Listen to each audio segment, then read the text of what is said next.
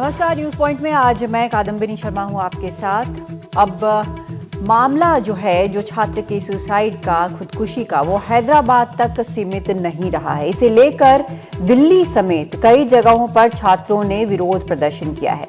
अब इस मामले में कुछ नए तथ्य भी सामने आए हैं, जैसे हैदराबाद सेंट्रल यूनिवर्सिटी में जो खुदकुशी की है जिस छात्र ने, उसके दोस्तों पर कार्रवाई को लेकर मानव संसाधन मंत्रालय ने क्या क्या किया था और किस तरह से दबाव बनाया गया था। कम से कम 6 हफ्ते में 5 चिट्ठियां लिखी गई थी और ये भी पता चला है कि जिस तरह से ये सब कुछ हुआ है, आरोप ये लग रहे हैं कि केंद्रीय मंत्री बंडारू दत्तात्रेय के कहने पर ये सब कुछ जो उन्होंने लिखा था चिट्ठी, उसके दबाव में मानव संसाधन मंत्रालय ने चिट्ठी लिखी और उसके बाद कार्रवाई हुई। इस सब दबाव के बाद इस लड़के ने, इस छात्र ने खुदकुशी कर ली।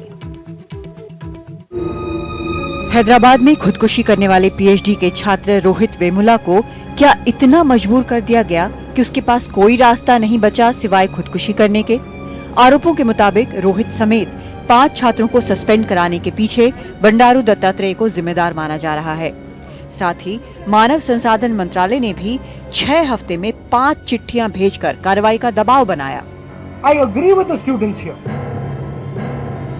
Certainly he has committed suicide. But the conditions for his suicide have been created by the Vice Chancellor and the Minister and the institution. सवाल ये भी उठ रहे हैं कि क्या मामला इतना संगीन था कि मानव संसाधन मंत्रालय को मामले का अपडेट लेने के लिए 6 हफ्ते में 5 चिट्ठियां भेजने की नौबत आ गई। एक तरफ सरकार यूनिवर्सिटी के कामकाज में दखलंदाजी करने से मना करती रही है, लेकिन क्या ये किसी खास मामले में जरूरत से ज्यादा दबाव बनाना नहीं कहलाएगा? रोहित वेमुला की खुदकुशी से हैदराबाद, पुणे, मुंबई के अलावा दिल्ली के जंतर मंतर पर भी नाराज छात्रों ने प्रदर्शन किए। छात्र से खुदकुशी की बजाय कत्ल करार दे रहे हैं। ये कोई आत्महत्या नहीं थी, ये इंस्टीट्यूशनल मर्डर है। हमारे हिसाब से ये एडमिनिस्ट्रेटिव मर्डर है। केंद्रीय सामाजिक न्याय मंत्री थावरचंद गहलोत ने भी दलित छात्र की खुदकुशी के मामले की जांच करने को कहा है। दूसरी तरफ खुद पर लगते लगातार आरोपों का जवाब देते हुए मानव संसाधन विभाग ने सफाई दी है कि सरकारी प्रक्रिया के तहत उसे सांसदों की लिखी चिट्ठियों को संज्ञान में लेते हुए उस पर हो रही कार्रवाइयों पर नजर रखनी होती है। देखिए, निशाने पर एचआरडी मिनिस्ट्री को नहीं होना चाहिए, इसलिए कि यूनिवर्सिटीज का अपना एडमिनिस्ट्रेशन होता है। हाँ, लेकिन उसके बावजूद मंत्रालय जरूर सजग है और इसी के लिए आपने देखा होगा कि एक कमेटी बनाई गई है। और इस पर चर्चा करने के लिए हमारे साथ खास मेहमान हैं बीजेपी के प्रवक्ता संबित पात्रा इस वक्त हमारे साथ जुड़ रहे हैं। संबित, स्वागत है आपका। जिस तरह से अब तथ्य सामने आए हैं इस मामले में कि 6 हफ्ते में 5 चिट्ठियां लिखी गई थी मानव संसाधन मंत्रालय की तरफ से, क्या इसको भी आप दबाव बनाना नहीं कहेंगे? देखिए, 5 नहीं 4 चिट्ठी लिखी गई थी 3 और 19 तारीख के बीच में। और दूसरी बात है, ये दबाव की बात बिल्कुल नहीं है। बंडारू दत्तात्रेय जो कि सिकंदराबाद के सांसद है, अगर एक घटना के ऊपर उन्होंने एक चिट्ठी लिखा है तो ये कानूनन जो मैनुअल है, सेंट्रल सेक्रेटरीट मैनुअल, वो ये कहता है कि जब कोई भी मंत्री या सांसद चिट्ठी लिखता है किसी यूनिवर्सिटी को तो उसको फॉलोअप करने की आवश्यकता रहती है। और इसी फॉलोअप की प्रक्रिया में अगर एचआरडी मिनिस्ट्री ने केवल क्या एक्शन लिया गया है जानने के लिए चिट्ठी लिखा, तो उसको यह कहना कि उसके कारण से सुसाइड हुआ, यह बिल्कुल अनफाउंडेड है।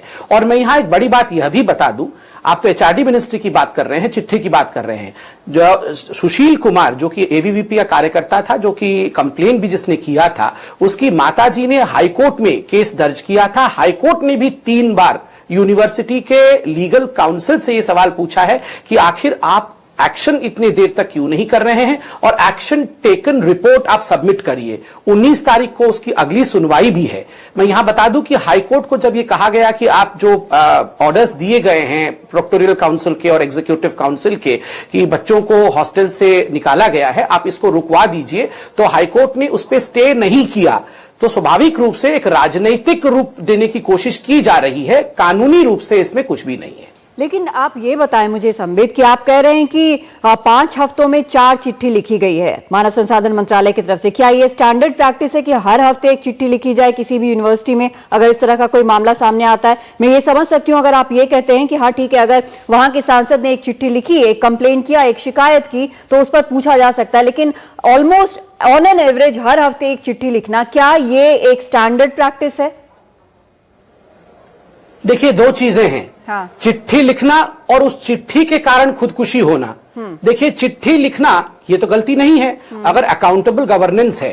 अगर आप जानना चाहते हैं कि एक्शन क्या हुआ, क्या नहीं हुआ, हो रहा है या नहीं, क्या गतिविधि, किस प्रकार की गतिविधि यूनिवर्सिटी के कैंपस में हो रही है, क्योंकि कुछ लोगों ने इस पे कंप्लेन किया, मैं तो इसे प्रोएक्टिव रिएक्शन कहूंगा सरकार का। मगर क्या ये कहना कि इन्हीं चिट्ठी के कारण से रोहित इन चिट्ठी के कारण से सीधा मतलब है, एक तरफ एक दलित छात्र है, एक छात्र है, एक छात्र है, दूसरी तरफ पूरा यूनिवर्सिटी है, वीसी है, मानव संसाधन मंत्रालय है, एक मिनिस्ट्री, सेंट्रल गवर्नमेंट की मिनिस्ट्री पूरी वहां पर है। आप क्या कहेंगे, दबाव किसी भी छात्र को महसूस नहीं होना चाहिए कि वो अकेले एक तरफ खड़ा है, उसके साथ कोई भी नहीं है, उसके साथ कोई फेयर ट्रीटमेंट नहीं हो रहा है, उसे अगर ऐसा महसूस हो रहा है? देखिए, मैं बहुत संवेदना के साथ, बिकॉज रोहित नहीं है हमारे बीच में और मैं श्रद्धांजलि भी देता हूं, मगर बड़ी बात यह है कि आप बिल्कुल सही कह रही हैं। अगर एक लड़का एक तरफ खड़ा है और उसे लग रहा है कि उसके ऊपर किसी प्रकार से ज्यादती हो रही है, तो आप और मुझसे ज्यादा बड़ा शक्ति जो है वो हाईकोर्ट के पास है। ये पूरा मामला जब हाईकोर्ट के सामने गया और रखा गया उनके पक्ष से कि हमारे ऊपर ज्यादती हो रही है, हमारे को जो पनिशमेंट दिया गया है वो उसको स्टे कर दिया जाए, तो हाईकोर्ट ने पूरे विषय का संज्ञान लेने के बाद स्टे नहीं किया। मेरा सिर्फ इतना कहना है, अगर इसमें वाकई जिस प्रकार की एट्रोसिटी की हम बात कर रहे हैं हुआ होता तो हाईकोर्ट ने संज्ञान लिया होता, क्योंकि वो संविधान का रक्षक है, वो कानून है। मगर कानून को ऐसा नहीं लगा तो फिर हमें ऐसा क्यों लगना चाहिए? इस बारे में कोई हाईकोर्ट में नहीं जाएगा कि सरकार की तरफ से दबाव बनाया जा रहा है। जो ये स्टूडेंट्स नहीं गए थे दबाव को लेकर, दबाव महसूस किया था उन्होंने कि इस तरह से हो रहा है, तब तक हाईकोर्ट नहीं बोलेगा। हाईकोर्ट या कोई भी अदालत अपने सामने जो एविडेंस होता है उसी के मुताबिक काम करता है, उसी के मुताबिक आदेश देता है। एक यहां पर सिंपल सा सवाल है कि जो 4 चिट्ठियों की बात आप कर रहे हैं, यहां हमारे पास 6 हफ्ते में 5 चिट्ठियों की बात है, लेकिन आप कह रहे हैं कि 5 हफ्तों में 4 चिट्ठी लिखी गई। क्या ये एक स्टैंडर्ड प्रैक्टिस है किसी भी कंप्लेंट को लेकर, किसी भी यूनिवर्सिटी में? क्या ये मंत्रालय का स्टैंडर्ड प्रैक्टिस है या नहीं? क्यों नहीं? आज खुद स्मृति जी ने कहा है कि सेंट्रल सेक्रेटरीट मैनुअल ये कहती है जब तक उत्तर नहीं दिया जाता है, जिस सांसद ने चिट्ठी लिखा है तब तक ही पूछा जाता है, क्योंकि सांसद ने कुछ पूछा है कि आखिर यूनिवर्सिटी में क्या हो रहा है। अगर इसके लिए एक चिट्ठी जाती है तो इसको दबाव के रूप में देखने की क्या आवश्यकता है? एक चिट्ठी नहीं गई, 4 चिट्ठियां गई 5 हफ्ते में। Kadambari 10 second Kadambari 10 second. देखिए, आप एक बात तो मानेंगे कि रोहित जो है वो एक साहसी एक्टिविस्ट था, और उसको मैं साहसी ही कहूंगा, क्योंकि उसने सुसाइड, अगर वो साहसी था तो सुसाइड नोट में वो मान सकता था कि दबाव था, चिट्ठियों के कारण से मैं सुसाइड कर रहा हूं। नहीं, उन्होंने जो चिट्ठी में लिखा, उन्होंने कहा कोई रिस्पॉन्सिबल नहीं है मेरे डेथ के लिए, मैं अन्य कारणों के कारण मौत को गले लगा रहा हूं। अगर हम आज कहते हैं कि नहीं, आज की तारीख में रोहित को ही डिलीट कर रहे हैं। तारीख में वो चिट्ठी जो है ना, ये पब्लिक नॉलेज में है, पब्लिक डोमेन में है। वो जो आप हिस्सा जो बता रहे हैं वो एज एन आफ्टर थॉट लिखा हुआ था कि हाँ ये एक लिखना होता है, स्टैंडर्ड प्रैक्टिस है। उसके ऊपर का हिस्सा भी आपने पढ़ा होगा चिट्ठी में जो लिखा हुआ है, किस तरह से उसको बिल्कुल अकेला फील हुआ है। उसके दोस्तों की बात भी आपने पढ़ी होंगी जो उन्होंने लिखा है, उन्होंने मीडिया को बताया है, जो बयान दिए हैं कि किस तरह से परेशान हो गया था। जुलाई से उसका स्टाइपेंड बंद था, उसे स्टाइपेंड नहीं मिला था जो उसको पैसे मिलने चाहिए। किसी भी गरीब छात्र के लिए स्टाइपेंड अगर मिल रहा है उसके लिए बहुत मायने रखता है, न सिर्फ उसके लिए बल्कि उसके परिवार के लिए भी मायने रखता है। उसको हॉस्टल में घुसने की इजाजत नहीं दी गई। पहले कहा गया कि ठीक है मामला खत्म हो गया, दोबारा उलट के एकदम यू टर्न मार के फिर कहा गया कि नहीं मामला चल रहा है। ये सब आखिर किस कारण से हुआ? क्या ये हम क्यों नहीं माने कि वो 4 चिट्ठियों का दबाव था? अगर मानव संसाधन मंत्रालय को एक बार में जवाब नहीं मिला था तो जवाब तलब उसे यूनिवर्सिटी उसकी बात क्यों नहीं सुन रही है, ये उसको पूछना चाहिए था कि आपने जवाब क्यों नहीं दिया। देखिए, पहली बार आपने सही कहा कि मैंने चिट्ठी का पूरा ऊपर का पोर्शन भी पढ़ा है और मैं 3 लाइन पढ़ देता हूं। My birth is my fatal accident, I can never recover from my childhood loneliness, the unappreciated child from my past. स्वाभाविक रूप से वो अपने बचपन की कुछ परेशानियों को रख रहे हैं कि कैसे मैं बहुत अकेलापन जीवन भर महसूस किया और मेरे जन्म पे अप्रिशिएशन मुझे नहीं मिला। कहीं ना कहीं वो एक बहुत अलग परिणति की ओर हम सबको इशारा कर रहे हैं। मगर मैं यहां याद दिलाऊं, ये उचित बात है कि दलितों के ऊपर बहुत सारे अत्याचार अभी भी हो रहे हैं, दुखद बात है। यही यूनिवर्सिटी में ये 10वां सुसाइड दलित का है विगत 10 वर्ष में। 2013 में एम वेंकटेश, नहीं वो बात नहीं छोड़िए, आप अभी की बात करिए, जो ये ताजा मामला है उसकी बात करिए आप संबित, उसी पर रहिए प्लीज। नहीं देखिए, इसको भी समझने के लिए दलितों पे अत्याचार का विषय आप बता रही हैं, तो स्वाभाविक रूप से इसको पूरा समझना पड़ेगा। 10 सुसाइड हुई हैं। 2013 में एम वेंकटेश भी सुसाइड करते हैं और वो कहते हैं कि दलितों के ऊपर बहुत अत्याचार हो रहा है। 2008 में संथिल कुमार, यह भी 2nd ईयर पीएचडी स्टूडेंट थे फिजिक्स के, इन्होंने भी सुसाइड किया और दलितों के खिलाफ जो एट्रोसिटीज हो रहे हैं उसका जिक्र किया। तो स्वाभाविक रूप से अगर हैदराबाद में दलितों के खिलाफ किसी प्रकार का माहौल है 10 वर्षों से, आज इसका राजनीतिकरण करना यही दिखाता है आज कि इसका राजनीतिकरण इसलिए हो रहा है क्योंकि संबित, आज इसका राजनीतिकरण इसलिए हो रहा है, इस पर सवाल इस पूरे मामले पर इसलिए उठ रहे हैं क्योंकि एबीवीपी के कार्यकर्ताओं से झगड़ा हुआ, झंझट हुआ। जो स्टूडेंट पॉलिटिक्स, जो आपको भी पता है, अगर आप छात्र राजनीति में रहे तो आपको भी पता है, आपके कई नेता छात्र राजनीति में रहे हैं, उसमें अगर छात्र पॉलिटिक्स में अगर पार्टीज का, जो फुल फ्लेज पार्टीज हैं, उनका अगर इंटरफेरेंस होता है तो रंग बिल्कुल बदल जाता है। यही वजह है कि सवाल उठ रहे हैं। नहीं, आप बताइए कहां इंटरफेरेंस हुआ है। मैं आपको उसका सीक्वेंस देता हूं। 30 जुलाई को जो अंबेडकर स्टूडेंट एसोसिएशन है वो याकूब मेनन के लिए एक नमाजे जनाजा कि याकूब मेमन को फांसी नहीं होनी चाहिए, हम नमाज अदा करेंगे, इस प्रकार का नमाज अदा किया और पूरा जो पोस्टर लगा, तुम कितने याकूब मारोगे, हर घर से याकूब निकलेगा, इस प्रकार का पोस्टर लगा के जिस प्रकार से किया गया, फेसबुक में एक एबीवीपी के कार्यकर्ता ने इसको अपोज किया। बताइए ये लोकतांत्रिक है कि नहीं? बदले में उस व्यक्ति को, सुशील कुमार को मारा गया। देखिए पूरा विषय कोर्ट में गया, पूरा विषय कोर्ट में, सुशील कुमार की मां इसको कोर्ट में लेके गई, कोर्ट ने इसे संज्ञान लिया, कोर्ट ने सारे तथ्य देखे, कोर्ट ने कहा हाँ नहीं, आप मामला कोर्ट की तरफ मोड़ रहे हैं। यहाँ पर मामला सिर्फ ये है, कोर्ट का मामला अपनी जगह है, ठीक है, उसमें यूनिवर्सिटी जवाब देती, जो भी एक्शन टेकन रिपोर्ट था वो यूनिवर्सिटी देती, लेकिन असल दबाव जो बना है यहाँ पर, कोर्ट में इन स्टूडेंट्स का मामला भी है, वो जवाब देते, लेकिन असल जो यहाँ पर दबाव बना है इस चीज को लेकर बना है कि एक, उसका स्टाइपेंड रोक दिया गया, 2 लगातार चिट्ठियां गई यहाँ मानव संसाधन मंत्रालय से, 3 उसे हॉस्टल से निकाल दिया गया, बाहर वो टेंट में रह रहे थे बच्चे। मैं यही तो बोल रहा हूं, आप बार बार बोल रहे हैं कि मैं कोर्ट की तरफ जा रहा हूं। ये सारी दलीलें कोर्ट में रखा गया है कि इनको हॉस्टल से निकाल दिया गया है, तो कोर्ट ने कहा ठीक है, हमें प्राइमा फेसी लगता है कि जो अभी एक्शन लिया गया है वो कोई बहुत ज्यादा एक्शन नहीं है, हम इसको स्टे नहीं करेंगे।